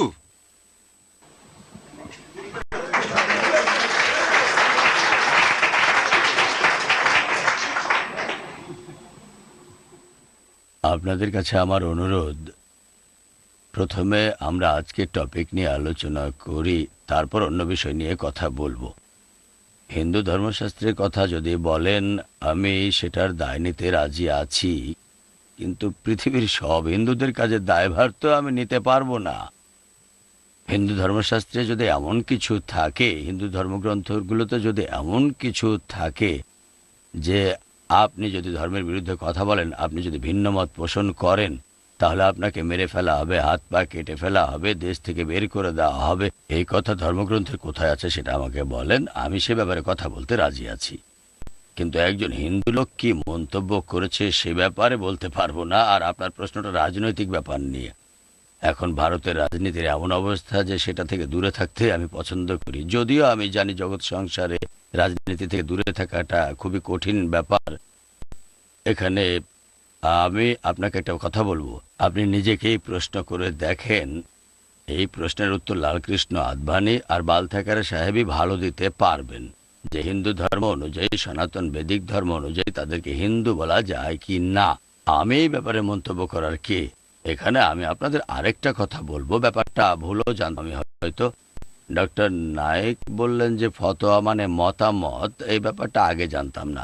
এতদিন আমি জানতাম যে ফতোয়া মানে কোনো ধর্মীয় ব্যক্তির রায়, উচ্চ পদের কোনো সিদ্ধান্ত, তারা কেউ আদেশ দিলে সেটাকে ফতোয়া বলা হয়, এটাই জানতাম। তবে আমিও ভুল জানতাম। অনেক মুসলমানও তো এটা জানে না। সেজন্য কোনো ব্যক্তি সম্পর্কে আমার মন্তব্য কোনো কাজে আসবে না। এখানে আমরা কথা বলছি এটা নিয়ে, ধর্মের বিরুদ্ধে কিছু বললে হিন্দু শাস্ত্র তাকে কি শাস্তি দেবে। আর যদি আলোচনা করার কথা বলেন এই ব্যাপারে, আমি আগেই বলেছিলাম আমাদের ধর্মে পূর্ব আর উত্তর পক্ষ বলে একটা ব্যাপার আছে। আপনারা জানেন স্বামী দয়ানন্দ সরস্বতীর সময় অনেক রকম শাস্ত্রের বই পাওয়া যেত। সনাতন বেদিক ধর্মে যে সংশোধন, ধর্ম থেকে কুসংস্কার ছাড়ানো, এই কাজটা শুরু করেছিলেন স্বামী দয়ানন্দ সরস্বতী। আর আপনারাও জানেন দয়ানন্দ সরস্বতীর সময়ে আর উনি চলে যাওয়ার 50 বছর পরেও সনাতন ধর্মে, আর্য ধর্মে বিভিন্ন জায়গায়, বিভিন্ন শহরে, গ্রামে শাস্ত্র তৈরি করা হয়েছে, বই ছাপানো হয়েছে, তাদের পক্ষে বিপক্ষে অনেক কথা হয়েছে। দর্শনের ব্যাপারে শঙ্করাচার্য আর ব্রহ্মাচার্যের মধ্যে একটু মতের অমিল হলো, ব্যাস তারা আলাদা হয়ে গেলেন। এরকম তো অনেক উদাহরণ আছে। এখনকার দিনে কোনো নেতা তিনি যদি কোনো রকম অনুচিত কাজ করেন, সেটার দায় আপনি হিন্দু শাস্ত্রের উপর কেন দিয়ে দেবেন বলেন তো? আপনি তো এই প্রশ্নের উত্তরটা দিলেন না। এতে কিছুই করার নেই, আপনারা সবসময় সরে আসতে পারেন। আপনি বলেছেন যে নিজের কর্মের ফল পরলোকে পাওয়া যায়। আপনি সনাতন বৈদিক ধর্মের প্রতিনিধিত্ব করছেন। এখন আপনি আমাকে বলেন, আপনার মত অনুযায়ী কোন জিনিসটাকে কর্ম বলবেন? কর্মের সংজ্ঞা কি? কর্ম। আপনি খুব সুন্দর প্রশ্ন করেছেন। তার আগে একটা কথা বলি, মিস্টার সাহানি তার লেকচারে একটা কথা বলেছিলেন যে সমস্যাটা হচ্ছে সব ধর্মের একটা গ্রন্থ আছে, আর এখন সেরকম গ্রন্থে বিশ্বাস করা যায় না যেটা হাজার হাজার বছর আগে, লাখ লাখ বছর আগে পৃথিবীতে এসেছে। এ ব্যাপারে কোনো মন্তব্য করতে হলে আমি বলবো, আপনি কোনো ধর্ম না মেনে অধার্মিক হতে পারবেন না। আপনার সে অধিকার অবশ্যই আছে, তবে আপনার এমন কোনো অধিকার নেই যে আপনি অন্যদেরও বলবেন ধর্ম বলে কিছু নেই, কোনো ধর্ম মানার দরকার নেই। একটু মন দিয়ে শোনেন, আপনি হয়তো নাস্তিক, পরলোক মানেন না, এরকম মানুষ সবসময় থাকে, আগেকার দিনে ছিল, ভবিষ্যতেও থাকবে। অথবা হয়তো আপনি ধর্ম মানেন, ধর্মগ্রন্থ মানেন, কিন্তু যদি ধর্মগ্রন্থে পরিবর্তন আনতে চান তখন আমার এই প্রশ্নের উত্তর দেন যে কর্মের ফল পরলোকে মিলবে কি না। তাহলে যারা বিশ্বাস করে যে কর্মের ফল পরলোকে গিয়ে মিলবে তাদের জন্য এই প্রশ্ন। আর যদি ভাবেন কর্মের ফল পরলোকে মিলবে না, কর্মের ফলাফল ঈশ্বর দেবেন না, তাহলে তো আপনি ব্যাপারটাই বুঝতে পারছেন না যে ধর্মটা আসলে কি। এবারে আপনার প্রশ্নের উত্তর দিচ্ছি যে কর্ম বলতে কি বোঝায়। এই প্রশ্নটা হিন্দু ধর্ম করা যেতে পারে, অন্য ধর্ম থেকেও আসতে পারে। এটা আপনি বিভিন্ন সময়ে যা কিছু করছেন, পূজার সময় মন্দিরে গেলে হয়তো ধার্মিক হয়ে যেতে পারেন, এরকম কিছু আছে বলে আমি জানি না। হিন্দু ধর্মে কর্ম বলতে যা বোঝায়, সকাল থেকে শুরু করে রাত পর্যন্ত, আর রাত থেকে শুরু করে সকাল পর্যন্ত 24 ঘন্টা 12 মাস, এভাবে সারা জীবন শরীর, মন আর ইন্দ্রিয় দিয়ে আমরা যা কিছু করে থাকি তার সবকিছুই কর্ম। এই ব্যাপারটা আপনারা সব ধর্মের মধ্যে দেখতে পাবেন। আমি একজন মানুষকে কোন দৃষ্টিতে দেখছি সেটাও একটা কর্ম। যদি আমি তাকে ভালো দৃষ্টিতে দেখি তাহলে পুণ্যের কাজ করছি, যদি তাকে খারাপ দৃষ্টিতে দেখি তাহলে পাপ করছি, এর শাস্তিও পেতে হবে আমাকে। কর্ম বলতে শুধু হাত আর পায়ের কাজগুলোকে বোঝায় না, শরীর, ইন্দ্রিয়, মন, বুদ্ধি, এই সব কিছু দিয়ে আমরা যে কাজগুলো করি তার সবগুলোই হচ্ছে কর্ম। তবে ব্যাপারটা এমন না যে কর্মের ফলাফল আমরা শুধু এখানেই পাবো। প্রত্যেক কর্মের কিছু ফলাফল পরলোকেও ভোগ করতে হবে। যে লোক ঈশ্বরে বিশ্বাস করে না, যে লোক পরলোকে বিশ্বাস করে না, তার সাথে পরে কথা বলবো। আমার এই প্রশ্নের উত্তর তার জন্য নয়। যে ঈশ্বরে বিশ্বাস করে না তার সাথে আমি এই ব্যাপারে কথা বলবো না, ঈশ্বরই তার বিচার করবেন। আপনার যদি মনে হয় তাহলে শাস্ত্র বাদ দিতে পারেন, আপনি যা বলবেন, কোরআন মানবেন না, বেদ মানবেন না, বাইবেল মানবেন না। তবে আপনার বুঝতে হবে আপনার মতো কিছু মানুষ ধর্ম মেনে চলে, ঈশ্বরে বিশ্বাস করে। আপনি মানতে না চাইলে মানবেন না, তবে যে ঈশ্বরে বিশ্বাস করে সে এটাও মানে যে কাজগুলো করছে ঈশ্বর সেগুলো দেখছেন। আমরা চাপিয়ে দিই না। আর 2 মিনিট আমি সময় চাচ্ছি। একবার এক গুরু তার শিষ্যদের শিক্ষা দেওয়ার পর প্রত্যেককে একটা করে ফল খেতে দিলেন, আর ফলটা খাও, এমন জায়গায় বসে খাবে যেটা কেউ দেখতে না পায়। কেউ বলল আমি ঘরের দরজা বন্ধ করে খেয়েছি, বলল পানিতে ডুব দিয়ে খেয়েছি, কেউ বলল জঙ্গলের ভেতরে গিয়ে খেয়েছি। এক শিষ্য এসে বলল যে গুরুজি, এমন জায়গা তো পেলাম না যেখানে কেউ দেখতে পাচ্ছে না, সেজন্য ফলটা এখন আমার সাথে আছে। তাহলে এভাবে যদি চিন্তা করেন যে আমার কাজগুলো কেউ না কেউ একজন দেখছেন, এখানে কিছু না পেলেও পরকালে আপনি ফল পাবেন, তাহলে খারাপ কাজ করতে পারবেন না। আরো একটা কথা বলি আমি, আপনারা না হয় ধরে নেন ধর্ম একটা কাল্পনিক জিনিস, ধরে নেন আমরা মানি না ধর্ম কাল্পনিক, আমরা এটাকে সত্য বলে মানি। তবে অনেকে বলে যে ধর্ম আফিমের গুলির মতো। আচ্ছা, ধরে নিলাম ধর্ম আফিমের গুলি, তবে সমাজের ভালোর জন্য এই আফিমের গুলিটার অবশ্যই প্রয়োজন আছে, না হলে যে ভ্রষ্টাচার আসবে সেটাকে ঠেকানো খুবই কঠিন হয়ে যাবে। চারিদিকে তখন শুধু বিশৃঙ্খলাই চলবে। এখন সমাজের অবস্থা এমন যে পরলোক আর ঈশ্বরের উপর থেকে মানুষের বিশ্বাস উঠে গেছে, ধর্মের উপর থেকে বিশ্বাস উঠে গেছে। এখন মানুষ শুধু নিজের বুদ্ধির উপর নির্ভর করে। কোনো অপরাধ করে পুলিশের কাছ থেকে পালিয়ে থাকতে হবে, পুলিশকে ঘুষ দিতে হবে, অথবা এরকম কোনো উপায়ে বেঁচে গেলাম, কোনো একটা অন্যায় যদি করে বেঁচে যেতে পারি তাহলে সেটা অপরাধ নয়। আমি কোনো অপরাধ করিনি, সেটা আসলে বুদ্ধিমত্তা। যার যত বুদ্ধি বেশি সে তত আয়োজন করে শাস্তির হাত থেকে বাঁচার চেষ্টা করে। যদি বেঁচে যায় তাহলে সব ঠিক আছে। অপরাধ বেড়ে যাওয়ার মূল কারণ হচ্ছে এটাই, যত বেশি সেকুলার সমাজ তৈরি করবেন অপরাধও তত বেশি বাড়বে। এটাকে থামাতে পারবেন না। এইসব অপরাধ আর অন্যায় কমানোর একমাত্র উপায় হচ্ছে এটা বিশ্বাস করবেন যে আপনার সব কর্ম ঈশ্বর উপর থেকে দেখছেন। হ্যাঁ, আপনি কি কিছু বলতে যাচ্ছেন? আচ্ছা ঠিক আছে, বলেন। হ্যাঁ, দলিতদের কর্ম কি? কর্ম কি সকালে উঠে মুখ ধোয়া? এটা কর্মের বিষয় হয় না। যদি আপনি এই বিষয়টা নিয়ে বিস্তারিত কিছুই বললেন না, এটা কিছুই হয় না। আমার প্রশ্ন ডক্টর বিয়াসের কাছে, আপনি সনাতন ধর্মের প্রতিনিধিত্ব করছেন, এছাড়া আপনি বলেছেন যে ধর্মের মধ্যে নতুন কোনো সংযোজন হওয়ার প্রয়োজন নেই, এবং আমি আপনার, ঠিক আছে আপনি বলেননি, আপনি কি আমাকে বলবেন যে সনাতন ধর্মের কোন শাস্ত্রে হিন্দু শব্দ লেখা আছে, অথবা এটা কি লেখা আছে যে এই ধর্মে কেউ আসছে? যদি না থাকে তাহলে সনাতন ধর্মে হিন্দু শব্দ কোথা থেকে এসেছে, আর এই হিন্দু শব্দটা সনাতন ধর্মের সাথে কিভাবে সম্পর্কযুক্ত এবং তা কোথা থেকে এসেছে? আমি কথা বলিনি। আচ্ছা, এখানে আপনি হিন্দু শব্দটা সম্পর্কে যেটা ভাবছেন, পার্সিয়ানরা এদেশে আসার পর তারাই এখানকার লোকদের হিন্দু বলে ডাকা শুরু করলো। এই কথাটা আসলে ঠিক না। সত্যি বলতে আমাদের আদি গ্রন্থে হিন্দু শব্দটা একেবারে স্পষ্টভাবে উল্লেখ করা হয়েছে। হিন্দু শব্দটা আমাদের ধর্মশাস্ত্রে অনেকবার বলা হয়েছে। হিমালয় থেকে শুরু করে ইন্দুস সরোবর পর্যন্ত সব জায়গাতেই প্রচলিত। কোন শব্দের প্রথম আর শেষ অক্ষর, প্রথম অক্ষর আর শেষ অক্ষর দিয়ে শব্দটাকে সংক্ষেপে বলা হয়। যেমন কোনো ডাক্তার তার নামের প্রথমে লিখবে ডি আর লিখবেন। ডাক্তার শব্দের প্রথম অক্ষর ডি আর শেষ অক্ষর আর। ডি আর মানে ডক্টর, এমআর মানে মিস্টার। যেভাবে হিমালয় থেকে ইন্দু সরোবর পর্যন্ত দেশটা হচ্ছে হিন্দু দেশ, তারপর থেকেই এই হিন্দুদের দেশটাকে বলা হয় হিন্দুস্তান। এই কথাটা আপনারা পুরাণে পাবেন, কিছু প্রাচীন সাহিত্যও পাবেন। 2 নাম্বার, আপনি যদি ভাষা দিয়ে বিচার করেন, এই দেশটা সিন্ধু নদীর অববাহিকায়। সিন্ধু হলো এখনকার প্রধান নদ, সেই দেশটা হচ্ছে হিন্দুস্তান। এখন অনেক জায়গার লোক শকে হ উচ্চারণ করত, একইভাবে বলে সপ্তাহকে হপ্তা, সরস্বতীকে হরস্বতী। সেই একইভাবে সিন্ধু হয়েছে হিন্দু আর সিন্ধুস্তান হচ্ছে হিন্দুস্তান। আমি বলেছিলাম যে কোনো কিছু যোগ করা যাবে না, ধর্মশাস্ত্রের কথায় কিছু যোগ করা যাবে না, সেখানে পরিবর্তন করার কোনো অধিকারই আমাদের নেই, কারণ ফল দেওয়ার মালিক আমরা নই। আমি এতটুকুই বলেছি। দাঁড়ান দাঁড়ান দাঁড়ান, এক মিনিট আমি দাঁড়ান। একটা মন্তব্য করতে চাই, একটা মন্তব্য করব, খুব সংক্ষেপে, খুব সংক্ষেপ। 10 মিনিট সময়। একটু আগে এক ভাই ডক্টর বিয়াসকে প্রশ্ন করলেন, তিনি হিন্দু শব্দটার সঠিক সংজ্ঞা দিয়েছেন, বলেছেন হিন্দু হলো সেই লোক যে বাস করে ইন্ডিয়ায়, হিন্দুস্তানে। তবে এটা হচ্ছে ভৌগোলিক সংজ্ঞা, যদি এটা মানেন তাহলে আমিও একজন হিন্দু। তবে ভাই প্রশ্ন করেছেন যে হিন্দু ধর্মগ্রন্থে কি হিন্দুইজমের ধর্মীয় কোনো সংজ্ঞা আছে কিনা। আমি কম্পারেটিভ রিলিজিয়নের একজন ছাত্র, এরকম কিছু আমি জানি না। স্বামী বিবেকানন্দ এই সংজ্ঞাটার সাথে একমত ছিলেন যে হিন্দু একটা ভৌগোলিক সংজ্ঞা, এর অর্থ সেই লোকজন যারা বাস করে সিন্ধু নদের অববাহিকায়। এভাবে বললে আমিও হিন্দু। তবে এই ধর্মটাকে আসলে বলা উচিত বেদান্তবাদী ধর্ম, যারা বেদ অনুসরণ করে।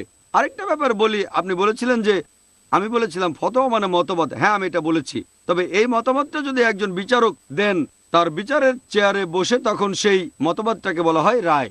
তাহলে ফতোয়া একটা বিচারকের রায়ও হতে পারে, এটা জেনে রাখেন। কোরআন পরিষ্কার বলছে, সূরা ফুরকান অধ্যায় নম্বর 25 আয়াত নম্বর 59, তোমাদের সন্দেহ থাকলে জ্ঞানীদের জিজ্ঞেস করো। কোরআন যদি ঔষধের কথা বলে, আপনার কোনো দ্বিধা থাকলে তখন ফতোয়া নেবেন একজন ডাক্তারের। আমার ফতোয়া দেওয়ার অধিকার আছে। যখন কোরআন ঔষধ সম্পর্কে বলছে, আমার অধিকার আছে, মতামত দেওয়ার অধিকার। তবে যদি ফিকাহ আর মাসাইল সম্পর্কে বলেন, ফতোয়া দিতে পারি, সেটা গ্রহণযোগ্যতা থাকবে না, যেতে হবে ফকিহের কাছে। একইভাবে ফতোয়া জারি করেন যদি কোনো বিচারক, বিচারকের চেয়ারে বসে, এটাকে বলা হয় রায়। তবে সাধারণ মানুষ যদি বলে, সেটা হবে সাধারণ মানুষের মতামত। আমার প্রশ্নটা ডক্টর জাকির নায়েকের কাছে। আমরা তো তসলিমা নাসরিনের লজ্জা বইটা নিয়ে অনেক কথা বললাম। এখন আপনি কি সালমান রুশদির স্যাটানিক ভার্সেস সম্পর্কে কিছু কথা বলবেন? বোন প্রশ্ন করলেন একই রকম, যে আমরা অনেক কথা বলেছি তসলিমা নাসরিনের লজ্জা বইটা নিয়ে। এখন স্যাটানিক ভার্সেসের ব্যাপারে শুনতে চান, এটার উপরে একটা লেকচার দিতে পারি, যদিও এখানে লেকচার দেব না। আর রায়ের কথা যদি বলেন, এখানেও একই ব্যাপার, রায়টা এখানে বদলাচ্ছে না, একই। তবে আপনি যদি স্যাটানিক ভার্সেস বইটা সম্পর্কে কিছু জানতে চান, আমি এটা মানি যে সালমান রুশদি আমাদের নবীজি সাল্লাল্লাহু সাল্লামকে অবমাননা করেছেন, নবীজির স্ত্রীগণের অবমাননা করেছেন, যারা হলেন উম্মুল মুমিনিন, সব মুসলিমদের মা, এটা করেছে। তবে আমি একটা ব্যাপার বুঝতে পারছি না যে অন্যান্য বিশেষজ্ঞরা এটা কেন বলেন না যে ওই বইটাতে আর কি কি লেখা আছে। আমি ব্যাপারে বলতে পারবো কারণ আমি এই স্যাটানিক ভার্সেস পড়েছি, বইটা আমার পড়া। যদি আপনি পড়তে চান তাহলে চলে যান লন্ডন বা আমেরিকায়, সেখানে বইটা পাবেন। আমি লন্ডন আমেরিকায় গিয়েছি। আপনাদের সংক্ষেপে একটা ধারণা দেই, সালমান রুশদি কি লিখেছেন। মুসলিম চরিত্রগুলোকে অবমাননার পাশাপাশি তিনি তার রক্ষকদের নামেও নিন্দা করেছেন। ব্রিটিশ সরকার যারা তাকে রক্ষা করেছে তাদের নিন্দা করেছেন, একেবারে প্রথম পৃষ্ঠাতেই। অথবা বলতে পারেন প্রথম অধ্যায়ের প্রথম পৃষ্ঠা, অ্যাকচুয়ালি 3 নম্বর পৃষ্ঠা। তিনি এখানে লন্ডনবাসী নিন্দা করেছেন। তিনি লিখেছেন লন্ডন ভাই, প্রথম অধ্যায়ের প্রথম পৃষ্ঠায়, মানে 3 নম্বর পৃষ্ঠা, লন্ডন ভাই বলে নিন্দা করেছে। বিশ্বাস করেন এই শব্দটা আমি এখানে বলতে পারবো না। একবারে খ্রিস্টান ফাদারের সাথে আলোচনার সময় এই শব্দটা এসেছিল। বুক অব ডিউটেরোনমি অধ্যায় 23 অনুচ্ছেদ 2 বলছে যে ড্যাশ ড্যাশ, আমি শব্দটা বলছি না, ড্যাশ 10 প্রজন্ম পর্যন্ত সমবেত প্রার্থনায় আসতে পারবে না। যদি শব্দটা জানতে চান তাহলে আমি ছোট্ট একটা কৌতুক বলছি। রাজপ্রাসাদে একবার একটা পার্টি চলছে, যখনই কারো টেবিলে খাবার দরকার তারা ছড়া বলছে। তাই ডিউক বলল, queen so fine pass the wine. একজন লোক ছিল যে ভালো নিয়ম কানুন জানে না, সে তখন চাচ্ছে কাস্টার্ড, তাই সে বলল Duke the dash pass the custard. এখন বুঝলেন শব্দটা কি? যদি না জানেন তাহলে বাইবেল দেখতে পারেন, সেখানে 3 বার আছে। সালমান রুশদি শব্দটা ব্যবহার করেছেন 29 বার। 29 বার, চিন্তা করেন। আর মজার ব্যাপার হচ্ছে ব্রিটিশ সরকার বাক স্বাধীনতার কথা বলে। একটা আর্টিকেল ছাপা হয়েছিল দ্য ডেইলি নিউজে লন্ডনে মে মাসের 22 তারিখে 1989 সালে। একটা খবর এসেছিল নিষিদ্ধ করার ব্যাপারে। কাকে নিষিদ্ধ করবে? সালমান রুশদিকে না, নিষিদ্ধ করা হবে মিকি নামে আমেরিকার এক অভিনেতাকে। মিকি ইংল্যান্ডে এসে 4 অক্ষরের একটা শব্দ বলেছিল মার্গারেট থ্যাচারের পলিসির ব্যাপারে। আপনারা এই শব্দটাও আমাকে বলতে বলবেন না, এটা হলো ফাদার আঙ্কেল কাজিন কিং। না জানলে যে জানে তাকে জিজ্ঞেস করেন। 4 অক্ষরের শব্দ বলেছিল মার্গারেট থ্যাচারের পলিসিকে উদ্দেশ্য করে। আর তখন সেই ব্রিটিশ পার্লামেন্টের এমপিরা বলল একে নিষিদ্ধ করো। সালমান রুশদি সেই একই শব্দ ব্যবহার করেছেন, একই শব্দ, তবে এটাকে করেছেন অ্যাক্টিভ। অ্যাক্টিভ আইএনজি ইং। 4 অক্ষরকে করেছেন 7 অক্ষর। আর একটা প্যারাগ্রাফে 270 নম্বর পৃষ্ঠায় এটা আছে। একটা প্যারাগ্রাফে এই শব্দটা লিখেছেন 4 বার। 4 অক্ষরের শব্দের সাথে ইং, তার মানে অ্যাক্টিভ। মার্গারেট থ্যাচারের কাজের বর্ণনায় বলেছেন এটা ব্রিটিশ ঠিকই হজম করেছে। এই পক্ষপাতিত্ব কেন? সেই অভিনেতা 4 অক্ষরের শব্দটা বলেছেন মার্গারেট থ্যাচারের পলিসিকে, তাকে নিষিদ্ধ করলেন। সালমান রুশদিকে যারা সমর্থন করেছে তাদের কেউই আমেরিকান অভিনেতাকে সাহায্য করতে আসেনি। কেন? দুমুখনীতি কেন? তিনি বলেছেন 4 বার শব্দটা অ্যাক্টিভ করেছেন। যদি পুরো বইয়ে দেখেন এই শব্দটা আছে মোট 52 বার, প্রত্যেক সপ্তাহের জন্য একটা, মোট 52 বার। আমি এই বইটা পড়েছি সেজন্য বলতে পারছি। 5 বার শুধু 4 অক্ষরের শব্দটা ব্যবহার করেছেন। ইং এ ইং আমেরিকান ইং অ্যালিজ, এভাবে ডিকশনারি বানাতে পারেন। আর এছাড়াও তিনি বইটাতে নিন্দা করেছেন প্রধানমন্ত্রীর নামে, সাবেক প্রধানমন্ত্রী সে সময় তিনি ছিলেন। আর তিনি বলেছেন সেখানে বিভিন্ন চরিত্রের কিছু ডাক নাম দিয়েছেন, যেমন একজন হচ্ছে চামচা, তিনি নিজের নাম সেখানে লিখেছেন চামচা, অথবা জিব্রিল, অথবা পুন্নু। আর মার্গারেট থ্যাচারকে বলেছেন ম্যাগি। তারপর বলেছেন টর্চার। টর্চার মানে কি জানেন? মানে থ্যাচার। তিনি লিখেছেন টর্চার, তারপর ফুল স্টপ। একটা শব্দের সেন্টেন্স, অসাধারণ। সালমান রুশদির লেখনের প্রশংসা করি। এক শব্দের সেন্টেন্স, টর্চার, ফুল স্টপ। ম্যাগেদা 5 অক্ষরের শব্দ, আর বলবো না আমি, এটা হলো মাদি কুকুর। তিনি লিখেছেন টর্চার, ফুল স্টপ। ম্যাগিদা 5 অক্ষরের শব্দ। হ্যাঁ, আমি প্রশ্নটার উত্তর দিচ্ছি। বোন প্রশ্ন করেছেন, উনি স্যাটানিক ভার্সেসের ব্যাপারে জানতে চেয়েছেন। আর সালমান রুশদি সম্পর্কে আমার মন্তব্য, উনার ব্যাপারে আমার মন্তব্য আগের মতোই থাকছে। উনি আলোকপাত করতে বললেন, আমি সেটাই করছি। যদি অনুমতি দেন তাহলে হয়তো কয়েক মিনিট লাগবে। আমাদের মধ্যে কতজন স্যাটানিক ভার্সেসের ব্যাপারে এই কথাগুলো জানতেন? ও খুব ভালো, 2-3 জন। আচ্ছা, 3 জন। আপনি কি এই কথাগুলো জানতেন? থ্যাচারকে যে টর্চার বলা হয়েছে, খুব ভালো। এখানে অনেক বুদ্ধিমান মানুষ আছেন, তবে সাধারণ দর্শকরা জানেন না। তাহলে হ্যাঁ, ঠিক আছে, প্লিজ আমাকে উত্তর দিতে দেন, তারপর আপনি বলেন। ভাই, আমি জানি লোকজনের প্রসঙ্গে বলবে যে মার্গারেট থ্যাচার লৌহ মানবী, তিনি ভাবপ্রবণ হন না, তিনি খুব শক্ত। আমি একমত। যদি 5 অক্ষরের শব্দটা বলেন, যদি মাদি কুকুর বলেন, তিনি কিছু মনে করবেন না। তবে চিন্তা করেন, যদি তার ছেলের কাছে যান, মার্ক থ্যাচার, হয়তো টিভিতে দেখেছেন, সে একজন রাগবি খেলোয়াড়। যদি মার্কের কাছে গিয়ে বলেন, মার্ক, সালমান রুশদি বলেছে আপনি নাকি একজন SOB, সানা বা 5 অক্ষরের শব্দ, আমি শিওর আপনাকে পেটাবে। সে তখন বাক স্বাধীনতায় বিশ্বাস করবে না। যদি বলেন, মার্ক, সালমান রুশদি বলেছে আপনি একজন SOB, সানা বা ড্যাশ, শিওর আপনাকে ধরে পেটাবে। এমনকি ব্রিটিশ লোকজন সংবেদনশীল, তবে তাদের সংবেদনশীলতা এক একজনের ক্ষেত্রে এক এক রকম হয়ে থাকে। কেউ হয়তো বিশেষ কিছু শব্দের প্রতি সংবেদনশীল। ধরেন আপনি পাশের রাস্তায় যদি যান, লোকজন একে অন্যের নামে নিন্দা করছে, মাকে নিয়ে, বোনকে নিয়ে। সালমান রুশদি তার বইয়ে যেসব শব্দ লিখেছে সেটাই। চিন্তা করেন, হিন্দিও লিখেছে বেহেন, তারপর 4 অক্ষর। তাহলে আপনি রাস্তার লোকটার নিন্দা করলে সেই ব্যাপারে কিছুই বুঝতে পারবে না, কারণ সেই ব্যাপারে অভ্যস্ত। তবে যদি তাকে সরল ভাষায় কথাটা বলেন, যেটা কম অপমানজনক, সেই নিন্দার চেয়ে হয়তো বললেন তোমার মা একজন পতিতা, তখন সেই রাস্তার লোকের কাছেও সেই ব্যাপারটা খারাপ লাগবে, সে আঘাত পাবে। প্রত্যেক মানুষ তার নিজের ক্ষেত্র অনুযায়ী এক এক রকম সংবেদনশীল। আর ব্রিটিশ সরকার বাক স্বাধীনতার কথা বললেও এটাতে বিশ্বাস করে না, কারণ শেখ আহমেদ দিদাত বলেছিলেন আমাকে বিবিসিতে 5 মিনিট সময় দেন, আমি শুধু সালমান রুশদির কথাগুলোর উদ্ধৃতি দেব, তাহলে আমি কোনো দাতব্য প্রতিষ্ঠানে 50,000 পাউন্ড দান করব। তারা প্রত্যাখ্যান করেছিল।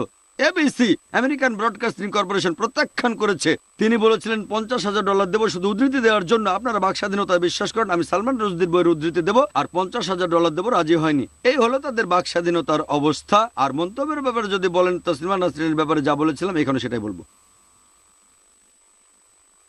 আমি কিছু বলতে চাই সংক্ষিপ্তভাবে। আমি আগেই বলেছি যে খোমেনির ফতোয়া অমার্জনীয়। যদি তা বাতিল করা যেত বা বরং তা বাতিল করা যেত, যেমন সাম্প্রতিক এক সংবাদে 5 বছর পর বলা হয়েছে 5 সপ্তাহ পর এটা বাতিল করা যেত, কিন্তু তা বাতিল করা হয়নি। এর কারণ রাজনৈতিক। এটাই প্রথম বিষয়। এটা আমি ক্রমাগতভাবে বলছি। এই ধরনের অনেক ধর্মীয় বিবাদে রাজনৈতিক ক্রোধ দেখা যায়, এখানেও প্রথম। দ্বিতীয়ত, আমি মনে করি না যে ব্যক্তিগতভাবে রুশদিকে একেবারে ক্ষমা করে দিতে হবে। হয়তো তিনি ইচ্ছাকৃতভাবে গ্রহণ করেছেন, যাকে আমি বলবো পাশ্চাত্যের অত্যন্ত উদ্ধত অবস্থান। আপনি যদি দায়িত্ব ছাড়া বাক স্বাধীনতায় বিশ্বাস করেন, তাহলে যে কোনো স্থানের প্রতিক্রিয়া আপনাকে গ্রহণ করতেই হবে। পালিয়ে থাকার পরিবর্তে আমি বলতে পারতাম সব অর্থ নিয়ে আপনি প্রস্তুত থাকেন এবং তা গুনতে থাকেন। আমি যদি প্রকাশ্যে আপনাকে অপমান করি, তাহলে আপনার কাছ থেকে প্রতিক্রিয়া শোনার জন্য আমাকে প্রস্তুত থাকতেই হবে, পালিয়ে যাওয়া যাবে না। যে সরকারকে তিনি আগে অপমান করেছেন সেই সরকারই তাকে আশ্রয় দিচ্ছে। এর মধ্যে বিরাট একটা অস্বাভাবিক ব্যাপার আছে, তবে অনুধাবন করুন যে এর মধ্যে কোনো যুক্তি নেই। একটা বিষয় অনুধাবন করুন যে অ্যাংলো স্যাক্সন বিশ্বে সাধারণভাবে একটা ক্রমবর্ধমান মত এই যে ইসলামিক মৌলবাদে এখন মিলিট্যান্ট ইসলাম 1 নম্বর শত্রুস্থান দখল করে নিয়েছে। এটা হয়েছে কমিউনিজমের পতনের পর। কমিউনিজম নয়, এর পরিবর্তে এখন সামরিক হুমকি হয়েছে মিলিট্যান্ট ইসলাম। এসব বিষয়ে আপনারা জানতে পারেন। উপসাগরীয় যুদ্ধ থেকে আপনারা জানেন ইরান এবং আরও অনেক দেশ, এবং এ কথাই আমি বলেছিলাম আপনাদের অবশ্যই বুঝতে হবে মৌলবাদের অনেকটাই আসে প্রথমত সমাজের কিছু দৃষ্টিভঙ্গি থেকে, যা পাশ্চাত্যের ধর্মনিরপেক্ষ ভাবধারায় নেই। দ্বিতীয়ত, অনেক দেশ, বিশেষ করে পশ্চিম এশিয়ার দেশগুলোতে পাশ্চাত্যের ঔদ্ধত্যের প্রতিক্রিয়া হয়। তারা ঔপনিবেশিক পরবর্তী ভাবধারায় প্রতিক্রিয়া জানায়, যেখানে তারা স্বাধীন রাষ্ট্র হিসাবে স্বাবলম্বী হতে চায়। অথচ অনুধাবন করুন, তারা তা পারে না। এমনকি সমৃদ্ধ আরব দেশগুলো পারে না। আপনারা আসলে বোঝার চেষ্টা করুন যে এই ধরনের ফাঁপা প্রতিক্রিয়া হয়। রুশদি একটা প্রতীক, বা জর্জ বুশ একটা প্রতীক, বা ইসরায়েল হলো একটা প্রতীক। এসব কিছুই বিশাল ও অত্যন্ত জটিল বৈশ্বিক পরিমণ্ডলে, যেখানে ইসলামিক মৌলবাদ হলো সর্বশেষ হুইপিং বয়। এর আগে আরও হতে পারত রাশিয়া, সোভিয়েত ব্লক এবং এইভাবে আরো অনেকে। এটাই যথেষ্ট। সম্ভবত এটাই আমাদের শেষ প্রশ্ন। হ্যাঁ, আমি প্রশ্ন করছি মিস্টার অশোক সাহানের কাছে। তসলিমার বিষয়ে আমরা অনেক আলোচনা করেছি এবং আমি মনে করি আনুপাতিক হারে তা অনেক কম, কারণ গত বছর মুম্বাইয়ে আমাদের এমন পরিস্থিতির সৃষ্টি হয়েছিল। ভারতের সচিত্র মিডিয়া শিবাজির ওপর একটা নিবন্ধ প্রকাশ করে এবং টাইমস অফ ইন্ডিয়া প্রথম ক্ষমা প্রার্থনা করে। আমার প্রশ্ন হলো, টাইমস অফ ইন্ডিয়া সম্ভবত ভিন্ন প্রক্রিয়ায় বাক স্বাধীনতা চেপে রাখার হুমকির পথে যেতে পারত। কিছু কিছু অর্থে আমরা কি ভারতে কিছুটা সাংস্কৃতিক ভুল ধারণাকে নিজেরাই সংকুচিত করে বসবাস করছি না? এই শিবাজি দৃষ্টান্ত হিসেবে বর্তমানে একক ও অনেক দৃষ্টান্ত পাওয়া যায়, অথচ তসলিমার ঘটনা অনেক বেশি উজ্জ্বল হয়ে উঠেছে। এমনকি মহারাষ্ট্রের উচ্চ শ্রেণীর পত্রিকাগুলো ওইসব সমর্থন করে বলেছে যে শিবাজিকে সম্মান জানাতে হবে। আমি আপনার সাথে সম্পূর্ণ একমত।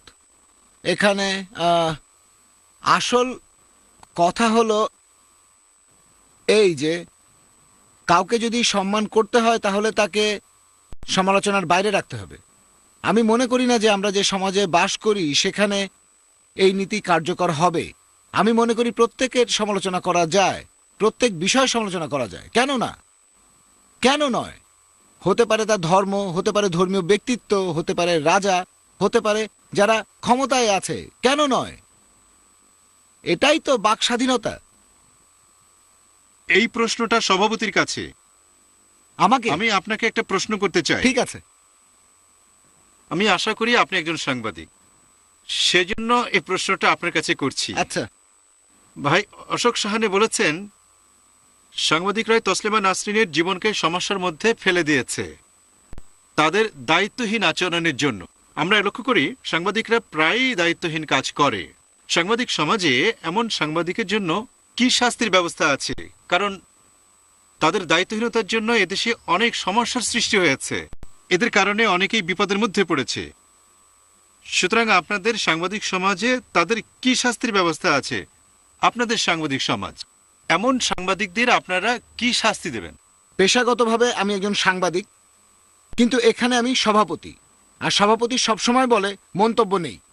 এটাই আমার উত্তর। তোদের উপর লেকচার শুনতে চাচ্ছি না, আমি জানতে চাচ্ছি আক্রমণটা ঠিক ছিল কিনা। আমি যদি শব্দের অর্থটা না বলি তাহলে পুরো উত্তরটা দিতে পারবো না। যদি অর্থটা না বলি তাহলে উত্তরটা সম্পূর্ণ হবে না, কারণ পবিত্রকরণ বলছে প্রমাণ পেশ করো। উত্তর দেওয়ার সময় আমি প্রমাণ পেশ করতে চাই, প্রমাণ ছাড়া কোনো মন্তব্য করব না।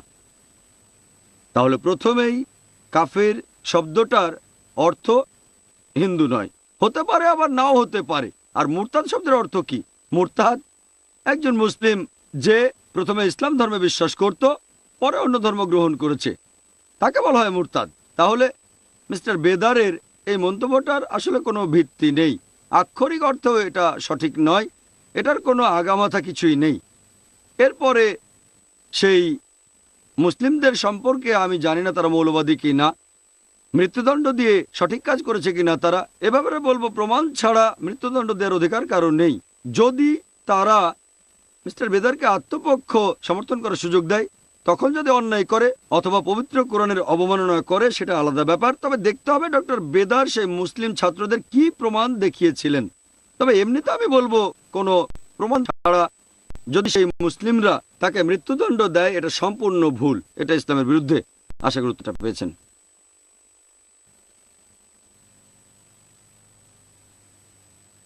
বিচারক ছাড়া কি কেউ মৃত্যুদণ্ডের রায় দিতে পারে?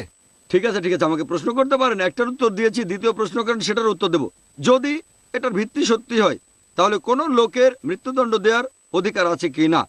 যেন আমার কাছে প্রশ্ন করছেন, যদি ইন্ডিয়ান সরকারের কাছে প্রমাণ থাকে যে একজন লোক দেশের সব গোপনীয় খবর, প্রতিরক্ষার খবর, আর্মির খবর, নেভির খবর, এয়ারফোর্সের খবর অন্য কোনো দেশের কাছে পাচার করেছে, যদি সে ধরা পড়ে প্রমাণিত হয় সে দেশের সাথে বেইমানি করেছে, ইন্ডিয়ার সরকার অবশ্যই শাস্তি দেবে প্রমাণ থাকলে। একইভাবে যদি এখানেও প্রমাণ থাকে যে সেই লোক ভুল কোনো কথা বলেছে, যদি প্রমাণিত হয় তাহলে আমার মতে তার শাস্তি হওয়া উচিত। আশা করি উত্তরটা পেয়েছেন। এটা প্রশ্নের দ্বিতীয় অংশ, যে মৃত্যুদণ্ড দেয়া। প্রথম অংশ বলতে পারেন কোনো সমস্যা নেই, মৃত্যুদণ্ড দেওয়া যাবে কিনা। প্রত্যেক অপরাধের শাস্তি থাকে, সেটা বিভিন্ন রকম হতে পারে। উদাহরণ হিসেবে বলি, ধরেন ট্রেনে করে যাচ্ছেন, যদি কোনো কারণ ছাড়া চেন টানেন 500 টাকা জরিমানা অথবা সাথে 3 মাসের জেল দিতে পারে। যদি ধরা পড়েন, একজন জাজ হয়তো দেবেন 500 টাকা জরিমানা, আরেক জাজ হয়তো দেবেন 500 টাকা জরিমানা সাথে 1 মাসের জেল, কোন জাজ দেবেন 3 মাসের জেল, কোন জাজ হয়তো দুটোই। এক এক কাজের শাস্তি হয়তো এক এক জজ এক একভাবে দিয়ে থাকেন। এবারে বলি এ ব্যাপারে কি বলে ধর্মীয় মৌলবাদ। যদি কেউ ধর্মের অবমাননা করে, এই শব্দটা আপনি বলেন, আমি বলছি, কেউ ধর্মের অবমাননা করলে কোরআন বলছে, কোরআনের আয়াত বলছি, পবিত্র কোরআনের সূরা মাইদা অধ্যায় 5 আয়াত 33 বলছে, যদি কেউ যুদ্ধ ঘোষণা করে আল্লাহ সুবহানাহু ওয়া তাআলার বিরুদ্ধে, সৃষ্টিকর্তার বিরুদ্ধে, তার রাসূলের বিরুদ্ধে, এবং চেষ্টা করে, জিহাদ করে, চেষ্টা করে তার সর্বাত্মক শক্তি দিয়ে, নিজের সর্বাত্মক শক্তি দিয়ে দুনিয়ায় ধ্বংসাত্মক কাজ করে বেড়ায়, তার শাস্তি হচ্ছে মৃত্যুদণ্ড অথবা ক্রুশবিদ্ধ করা অথবা হাত পা কেটে দেওয়া বিপরীত দিক থেকে অথবা নির্বাসন। এই আইনটা আছে কোরআনের একটা আয়াতে। অন্য আয়াত বলছে যদি সম্ভব হয় তাহলে কথা বলো। উদু ইলা সাবিলি রাব্বিকা বিল হিকমা ওয়াল মাউইযাতিল হাসনা ওয়াজাদিলুম বিল্লাতি ইয়া আহলান। আয়াতটা আছে সূরা নাহলে অধ্যায় 16 আয়াত 125। মানুষকে তোমার প্রতিপালকের পথে আহ্বান করো হিকমত ও সদুপদেশ দ্বারা, তাদের সাথে তর্ক করো, তাদের সাথে ডিবেট করো, তাদের যুক্তি দেখাও সবচেয়ে উত্তম গ্রহণযোগ্য পন্থায়। যদি আমাকে বলেন তসলিমা নাসরিনের ব্যাপারে কি করতাম, আমি কোরআন অনেকগুলো অপশন দিয়েছে, আমি তাকে একটা পাবলিক ডিবেটের জন্য আহ্বান করতাম। এটা নির্ভর করবে জজের উপর। এক এক জজের দেয়া শাস্তি এক এক রকম হয়ে থাকে। প্রত্যেক শাস্তি যদি যথেষ্ট প্রমাণ থাকে, অন্য ধর্মগ্রন্থ পড়েন, যেহেতু আজকের আলোচনার টপিক ধর্মীয় মৌলবাদ, যদি আপনারা বাইবেল পড়েন, বাইবেল বলছে ফাদার আমাকে শুধরে দিতে পারেন যদি ভুল বলে থাকি আমি, ওল্ড টেস্টামেন্টের 3 নম্বর বই লেভিটিকাস অধ্যায় 24 অনুচ্ছেদ 16-তে বলা হয়েছে, যদি কেউ কোনো লোক যদি প্রভুর নামে কোনো রকম অবমাননা করে তাহলে তাকে অবশ্যই মৃত্যুদণ্ড দেওয়া হবে, অবশ্যই তাকে হত্যা করা হবে।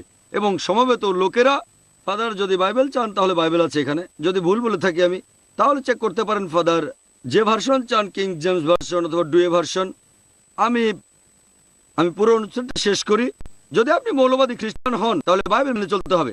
বাইবেল বলছে লেভিটিকাস 24 নম্বর অধ্যায় অনুচ্ছেদ নম্বর 16, যদি কেউ প্রভুর নামে অবমাননা করে তাহলে তাকে অবশ্যই হত্যা করা হবে, আর সমবেত লোকেরা অবশ্যই তাকে পাথর মারবে, এমনকি পথিকরাও মারবে। কারণ যে এই দেশে জন্মগ্রহণ করে প্রভুর নামে নিন্দা করে তাকে অবশ্যই হত্যা করা হবে। যদি আপনি ভালো খ্রিস্টান হন, বাইবেল কি বলছে? কেউ প্রভুর নামে অবমাননা করলে তাকে হত্যা করা হবে। বাইবেলে হয়তো অন্য আরো অপশন রয়েছে, এটা একটা তার মধ্যে। ফাদার পেরেরা কিছু বলতে চান। এটা একটা গুরুত্বপূর্ণ বিষয়। এ ব্যাপারে আমি ভিন্ন দৃষ্টিভঙ্গির কথা বলতে চাই। বিশ্বে এ ধরনের বিষয় উন্মত্ত জনতা নিজেরাই বিচার করে হত্যা করছে। আপনারা এই সব শব্দের সাথে পরিচিত আছেন। দৃষ্টান্ত হিসাবে মার্কিন যুক্তরাষ্ট্রে অনেক বছর ধরে, এমনকি সাম্প্রতিক কালেও আপনি যদি কৃষ্ণকায় হন, একদল সাদা লোক শুধু বলবে যে সে আমার মেয়েকে ধর্ষণ করার চেষ্টা করেছে এবং তারা আপনাকে হত্যা করবে। সুতরাং এভাবে অনুধাবন করুন যে এ ধরনের কঠোর বিচার আছে এবং মাঝে মাঝে ইসলামিক বিশ্বে এ ধরনের ঘটনা অনেক ঘটছে। আমার কাছে পাকিস্তান থেকে আসা একটা রিপোর্ট আছে যার শিরোনাম হলো ব্লাসফেমি আইন। এই আইনের অধীনে যে কোনো লোককে হত্যা করা যায়। আপনারা যদি ফটোকপি করে নিতে চান তাহলে এটা আমি আপনাদের দিতে পারি।